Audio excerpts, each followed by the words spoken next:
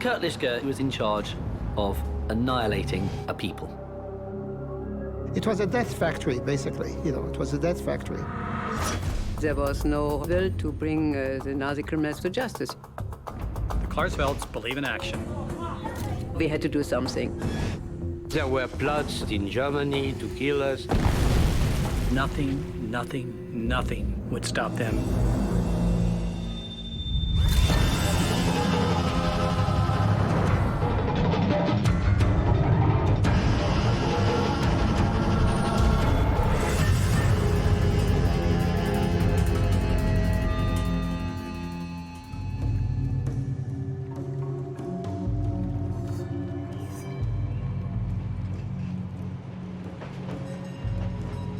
Cologne, West Germany.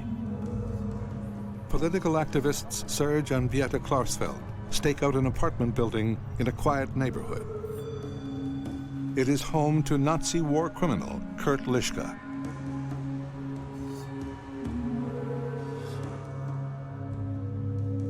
It is 100% Lischka's job to organize the arrests, deportation, and the ferrying of the Jews east, which of course is that great Nazi euphemism for exterminating people in camps such as Auschwitz. A legal loophole protects Nazis like Lischka from prosecution in Germany. The Klarsfelds are on a mission to change the law and make Lischka pay for his crimes. We had learned that most of the Nazi criminals who had been active in the deportation of the Jews of France had remained in Germany under their own names. We were very outraged by the fact that they became judges, businessmen, high officials. They wanted to force the Germans to see that they had in their midst a major Nazi criminal. The husband and wife team have traveled from their home in Paris to track down the war criminal. Beate called information in Cologne and had no problem immediately getting an address for Kurt Lishka. Kurt Lishka, this and this number, and his address, Bergisch Gladbacher Straße. It was as easy as this. For Serge, this isn't just about politics. A French Jew, he lost family in the Holocaust. We saw him leaving to go to work as an accountant. He was a businessman. But 30 years ago, Lischka had a very different job. As Gestapo chief in Paris, he orchestrated the murder of 33,000 Jews. He's sent out to Paris, where he heads up the Jewish Affairs Department. And that doesn't mean looking after Jews. That means effectively killing them. He organized the arrest of Jews in France and their deportation to Auschwitz. And that's his job. He's in charge of annihilating a people. After the war, he fell in the hands of the Czech authorities. They released him in 1950. He went back to live in Germany, and he lived quietly with his family and tried to get on with a normal life. He was a prosperous German businessman. It's extraordinary to think that someone could have gone from exterminating people to living this sort of upper middle class life, but that was the way it was. In recent years, Lischka has prospered. He is now a finance executive for a grain shipping company in Cologne. He was sending grains exactly like Jews. He was sending grains. It's the same work as sending Jews.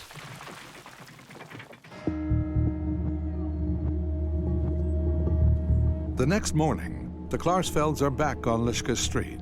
This time, they've hired a cameraman to try to capture the Nazi on film.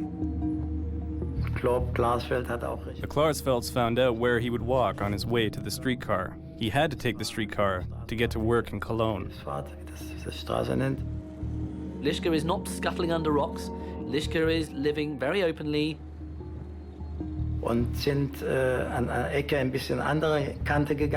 And suddenly, we saw a tall man.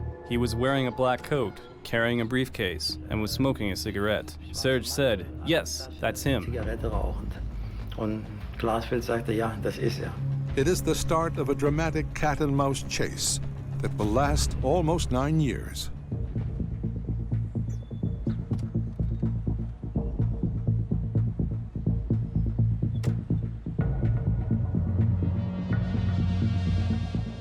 We filmed Lischka when he went out from his apartment.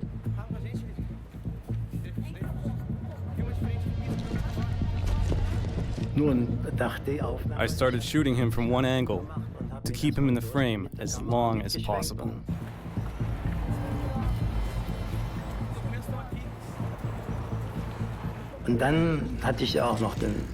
I was following him, walking right beside him. Lischka started to run.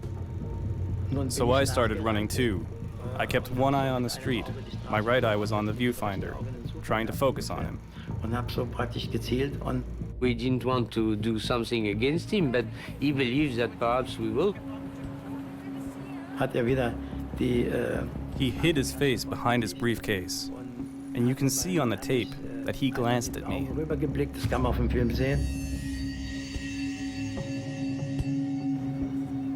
Well, they certainly became his worst nightmare when, in the famous footage, you see the great head of the Gestapo of Paris running like a squirrel, being chased by a dog.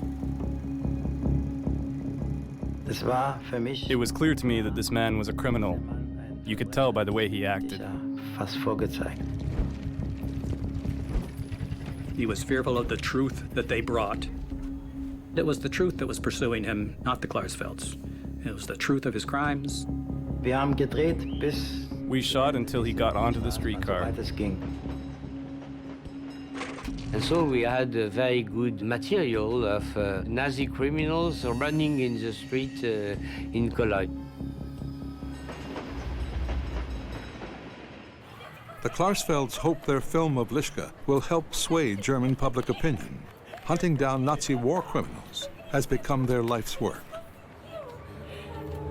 He was this very intelligent, intense young lawyer, and she was an au pair, but she had a very good brain. Serge sort of opened up Beate's eyes to what had happened during the war. Beate came to see that as a German, it was her destiny with Serge to force Germany to look at its past. And their life since then has just been one long, very, very hardly fought campaign against injustice. In Germany especially, the couple face enormous obstacles. During this time, the German state networks and legal apparatuses are still riddled with people who are not that interested in hunting Nazis, either because they themselves have something about their own past to hide or they know someone.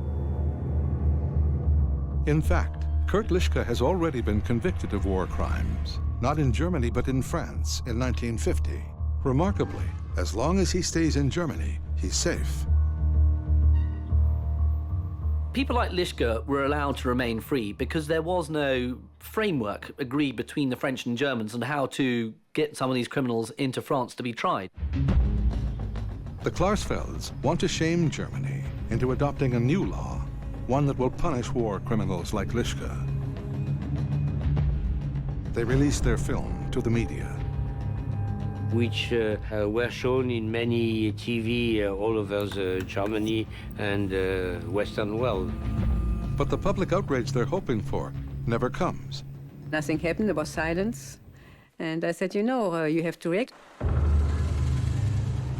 Frustrated with government inertia, the Klarsfelds decide on a more radical move. The Klarsfelds, in their typical fashion, decide that there's only one thing to do with Lischka, and that's not to write letters to members of parliament or lawyers, is to take direct action. These are children of the 60s after all, and they like to stage a happening. We decided that we will try to kidnap him in order to bring him back to France. They're going to take him back to France, and they're going to present him to the French authorities and go, right, there, do something about it. The idea that they would try to kidnap an ex-Gestapo chief It was mind-blowing. It really was.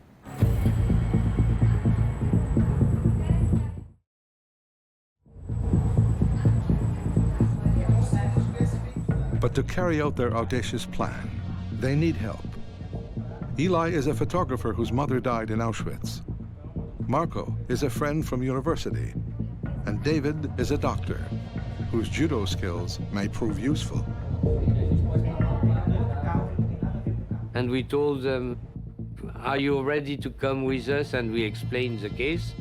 And they say yes. None of them were prepared emotionally or physically, and I think it was only Serge's very strong, persuasive personality that got them on board in the first place.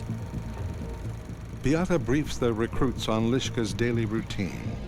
She has spent days in Cologne spying on him. He left in the morning to go to his business and then coming back at noon for a lunch at home and going back to his office.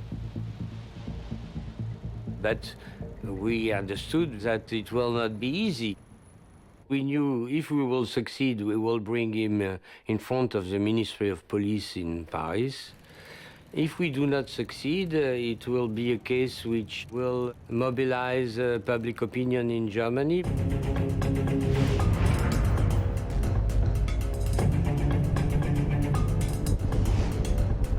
The team travels to Cologne.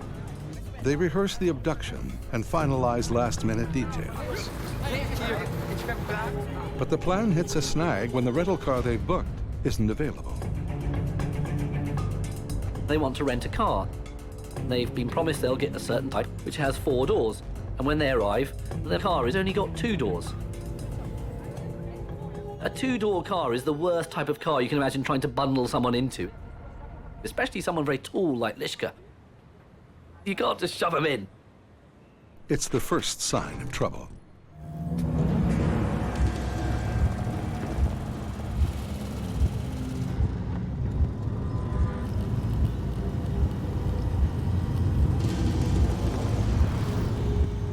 The day of the kidnap, the team moves into position. I was, a volunteer in the Israeli army in '67, so I was not afraid by the action. The idea was, once they had stuffed Lischka into the trunk, they would drive out to the outskirts of Cologne and transfer him to another rented car so that they couldn't be spotted or identified along the way back to France.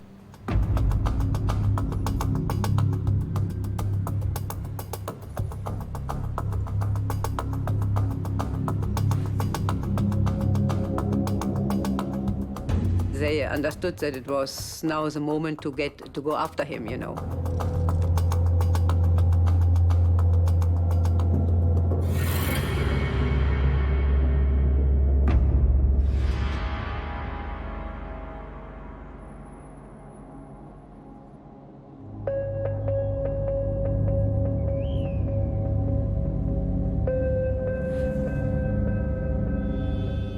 They had the plan. What they didn't have were the personnel who could really carry it out. Somebody really to thwonk Lischka hard on the head.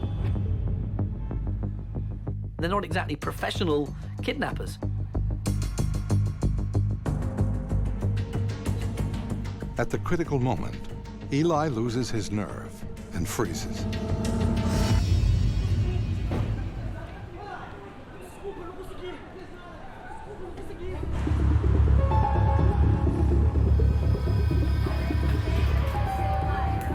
I don't think they wanted to go back to France saying, we didn't have the courage to carry out our plan. So having failed once, maybe that bolstered their courage. In a nearby cafe, Serge rallies his troops. He reminds them why they're here.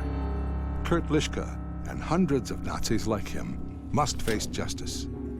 The situation was the same situation for all the Nazi criminals who acted in France, and we wanted to change that situation.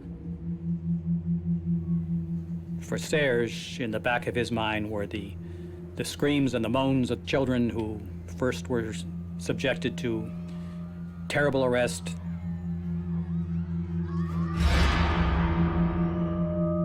then to an inhuman trip to Auschwitz, and finally to the gas chamber.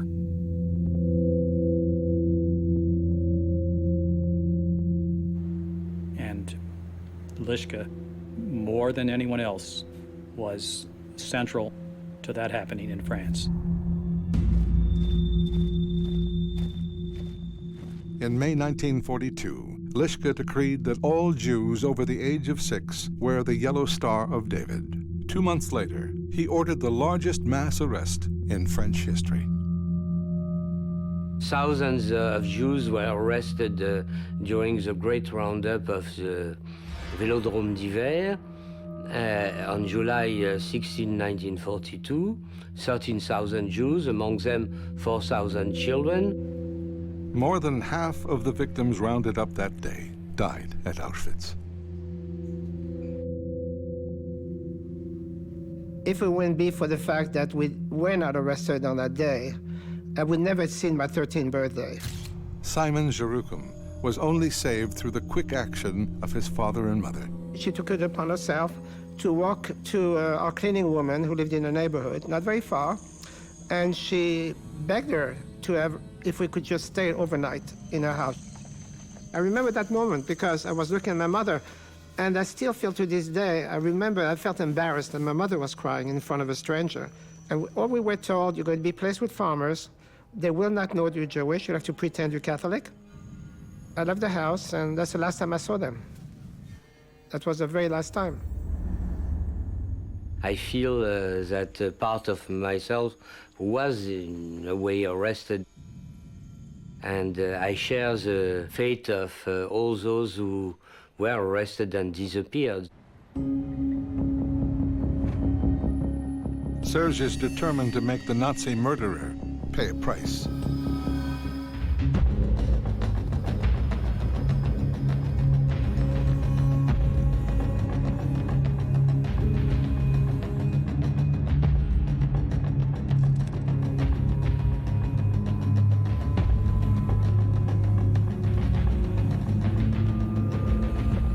At 12:45 p.m., he leads a second kidnap attempt.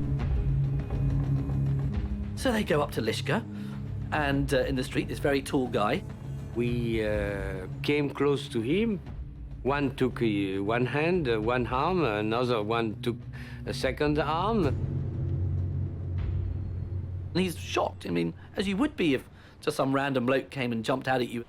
And he was very heavy, and it was very difficult to push him. And he started to shout, Hilfe, Hilfe, help, help.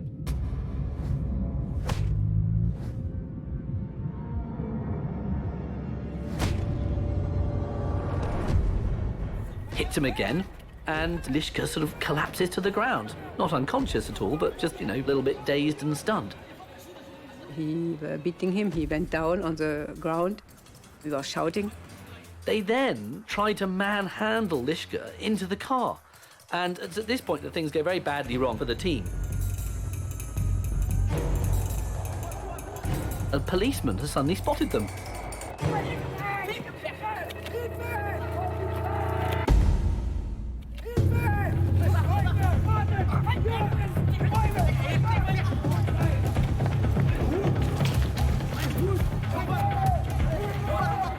We ran to the car in order to escape the policeman.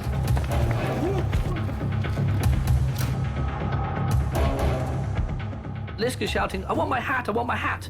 And that's all that Lischka and the policeman seem to be worried about. It's sort of a high farce almost.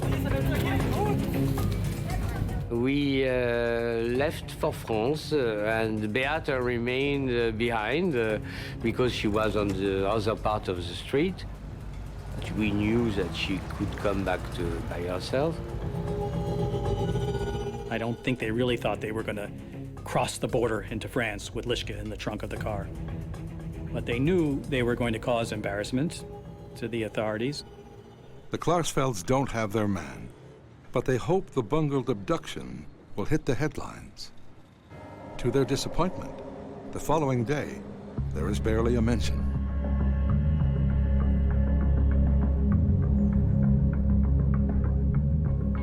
There was very few, and the next day a small article that a man was attacked in the street. So we called the newspapers. Beate called, like she was a neighbor of Lischka. How is it possible that nothing is written while this poor Mr. Lischka was put on the ground and attacked by foreigners? I said, you know, these were French Jews who came to kidnap the former police, the chief of the Gestapo in France. The next day, it was full of news because the police was obliged to say that, yes, there was an attempt of kidnapping.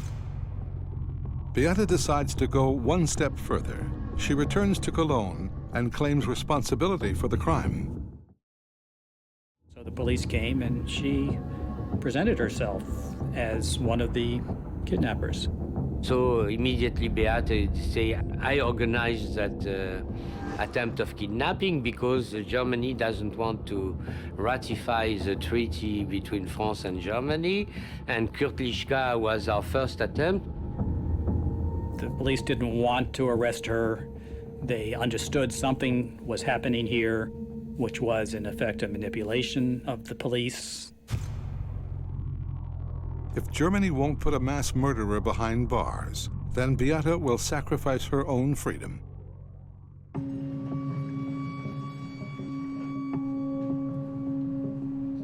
March 31st, 1971. Beate Klarsfeld is back in Cologne. She wants to force the authorities to act against the former Gestapo chief of Paris. It's one thing just to say he was head of this department in Paris during the war, but you've also got to have a paper trail, and you've got to show quite what this man has done, and you've got to show bits of paper with his name and initials on and so on. Part of the documents concerning the Jews had remained here in France when the German retired. We had a very solid and heavy file against Lischka.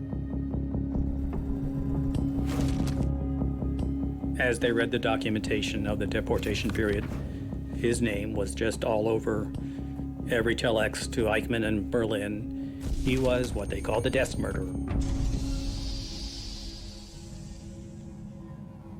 My parents, they were actually trying to go to the non-occupied, what they call the free zone, and they were arrested on the border. And they were sent immediately to Auschwitz. So they were actually gassed in September. I mean, just a month and a half after we were separated. Thinking of them being so young, they were in their early 40s, you know. I didn't want to think about the suffering. This is too much for me to imagine.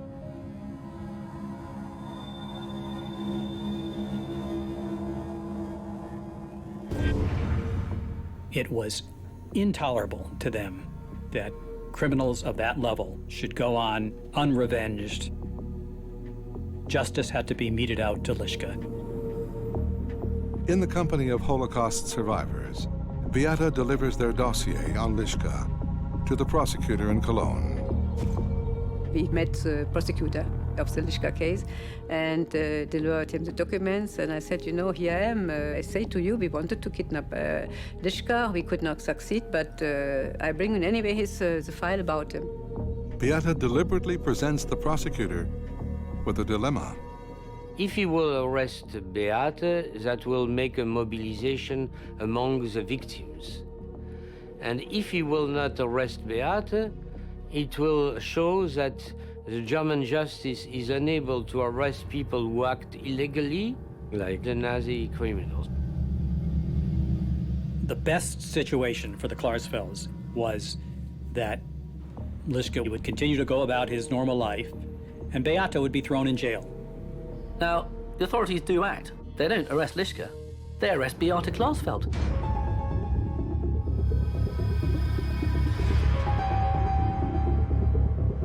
Beate spends the next 2 weeks in Ossendorf prison.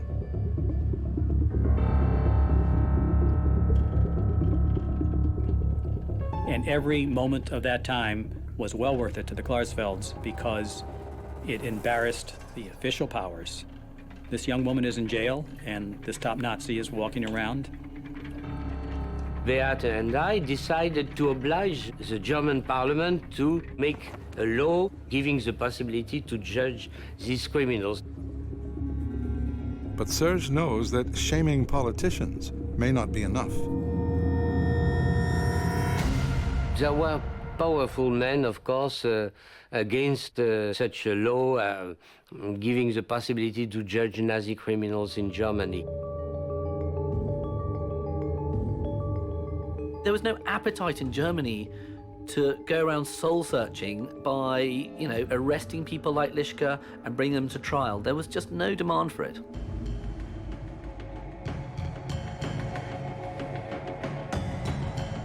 The injustice of Beate's incarceration becomes a cause célèbre.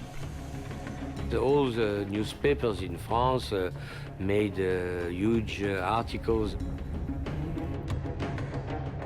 There are massive protests organized by Serge, free Beate. Without any powers of their own other than their own courage. It's amazing to think that they found ways to use the press to affirm their moral position. The authorities cave to public pressure and release Beate on bail. They upped the ante. They dramatized justice and injustice.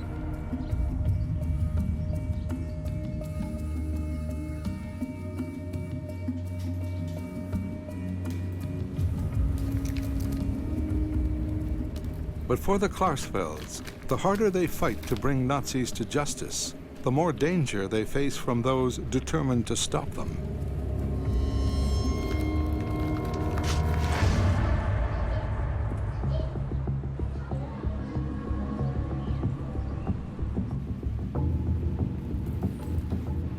One day in their Paris apartment, they had received a parcel, seemingly full of chocolates from an admirer.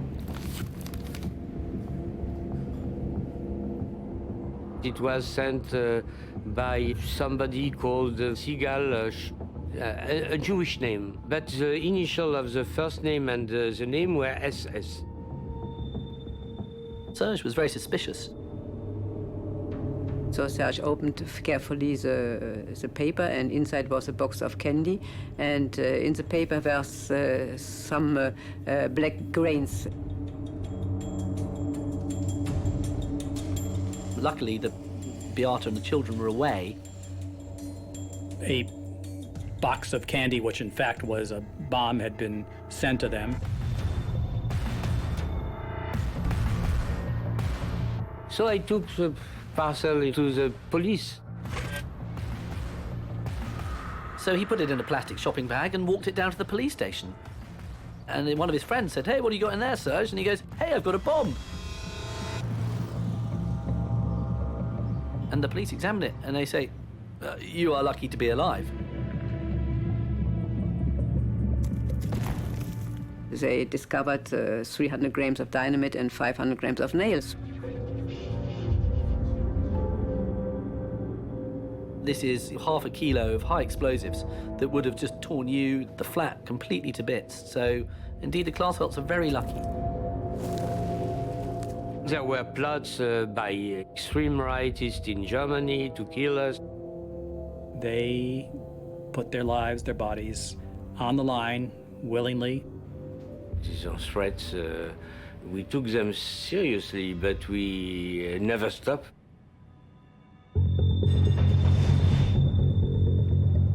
May 1973. Beate ups the ante again. 7 months pregnant and flanked by Auschwitz survivors, she marches into Lischka's office to stage a protest. She was never frightened. She was never, ever frightened.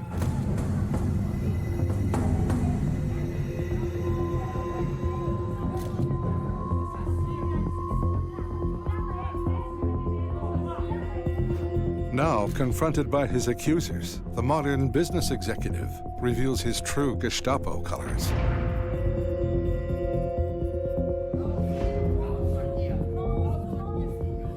He took a gun to put one of the demonstrators against the wall. Did he hate the Klarsfelds? He certainly was fearful of them. he wouldn't have done this without the fact that he was afraid of being punished. Slowly, with our demonstrative actions, we put pressure on the German society. The Klarsfelds are really savvy manipulators, and they knew how to present a really good image to the public. They wanted Germany to deal with Lischka. That was our strategy.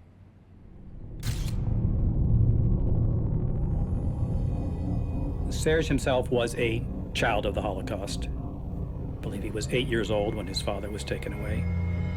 It was September 1943. The Gestapo burst into Serge's home. He, along with his sister and mother, hid in a secret compartment inside their closet. And they started to look for us, and one German opened the door of the closet, and he put aside all the clothes like that, but he didn't touch the wood.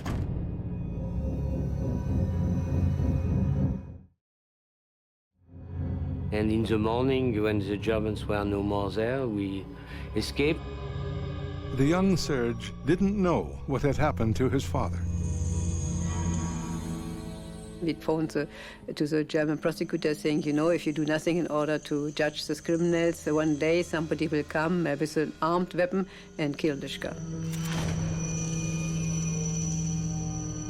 Despite the pressure, there is still no movement among German lawmakers. In December 1973, 3 years after their hunt began, Serge can wait no longer. He will take the law into his own hands. Serge traveled alone with a pistol to Cologne.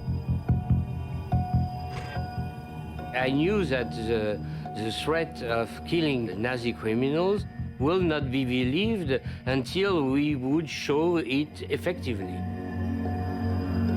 If he couldn't get justice through the court system, he would finally have to administer justice himself. I waited Lischka to go out from his office, to go to his car. When he arrived to his car, I, by surprise, arrived with a gun. Serge took that pistol and shoved it in his face. He was shouting and afraid. Lischka! I put the gun on his head. Lischka's eyes bulged out. He immediately believed that he will be killed. Just like his victims 30 years earlier, Kurt Lishka is forced to stare death in the face. One of those victims was Serge's father, Arno Klarsfeld.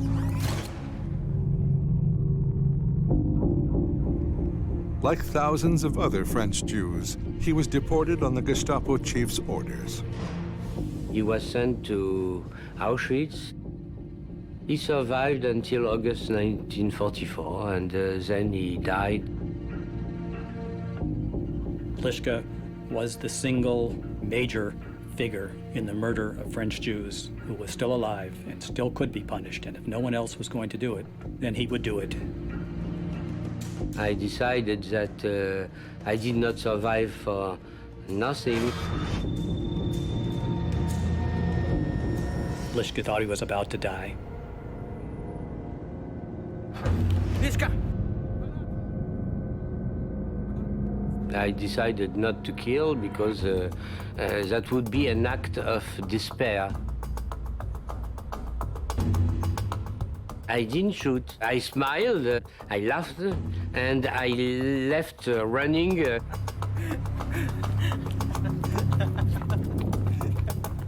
Shoving a revolver between the eyes of Kurt Lishka was a symbolic murder. And this was his way of saying, we want justice, we don't want revenge.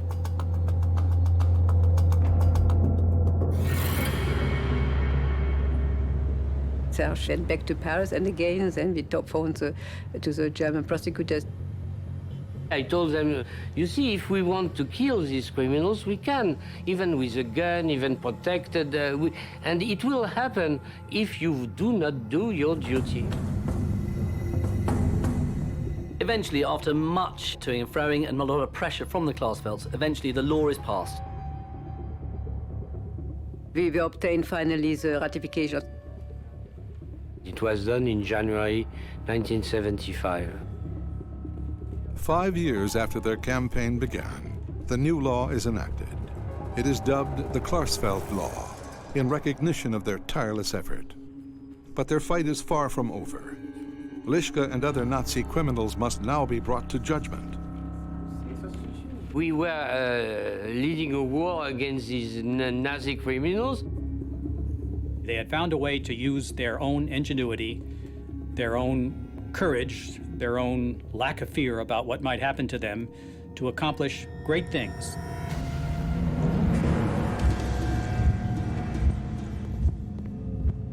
July 1978. 2 years after the Klarsfeld Law was passed, German police arrest Kurt Lishka for the murder of 33,000 French Jews. I think the most important was that these men we had confronted before at this time never thought that one day they would be judged. So it became possible to have a trial in Cologne. At that time, we were very, very happy.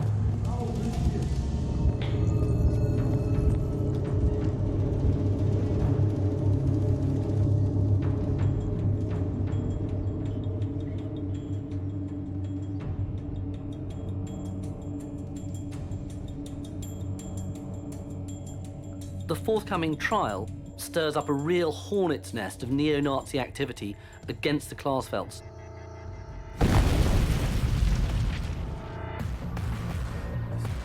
During the night, we heard an explosion, and Beate told me what it is. I believe it's our car. In the garage at the bottom of the apartment block where the Klarsfelds live, the car is blown to pieces by a car bomb.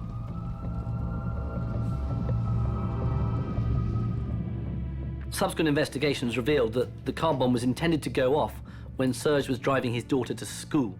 So this was actually an act of attempted murder. It says so much of the bravery of the Klarsfelds that doesn't stop them. If you are obsessed with security, you cannot do anything.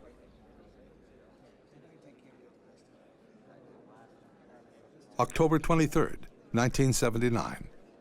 The Kurt Lishka trial opens.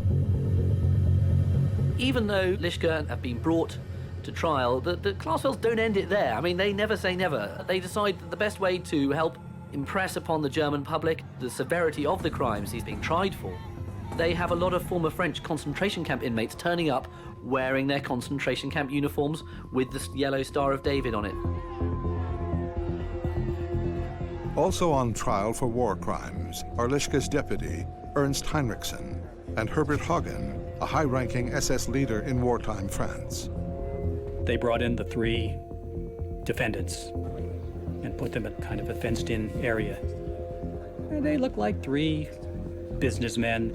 They had looks on their faces like, oh, why are you doing this to us? You know, what is this all about? We're not criminals. For the verdict, the Klarsfelds pull one last stunt. They charter a special train from France carrying 1,500 Jews. It was the trains and the cattle wagons that took the Jews eastwards from France through Germany and to the extermination camps. This train was seen as a highly symbolic act of bringing a train of Jews, French Jews, into Germany for the trial.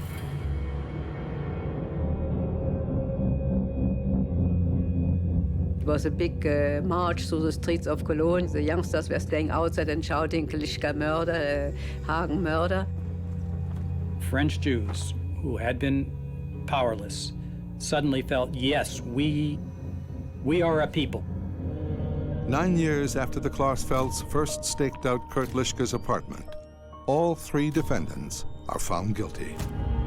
I think catching those murderers is something that People like myself, let's say for my generation, would feel a great deal of, I wouldn't say the word joy. You know, justice had been served in some ways. Nobody would ever have identified the principles of the final solution in France if it weren't for the Klarsfelds. And Lischka was sentenced to 10 years of jail.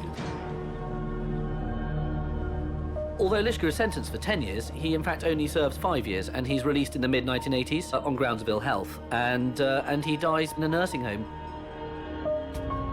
The Lischka trial was for us the trial of those who lived unpunished in Germany during more than 30 years, and eventually were sentenced by a new Germany. With our work, we obliged them to do something what they didn't want. It's very hard to imagine the depth of commitment of this couple. They were bonded together in a commitment unto death, if that's what it took.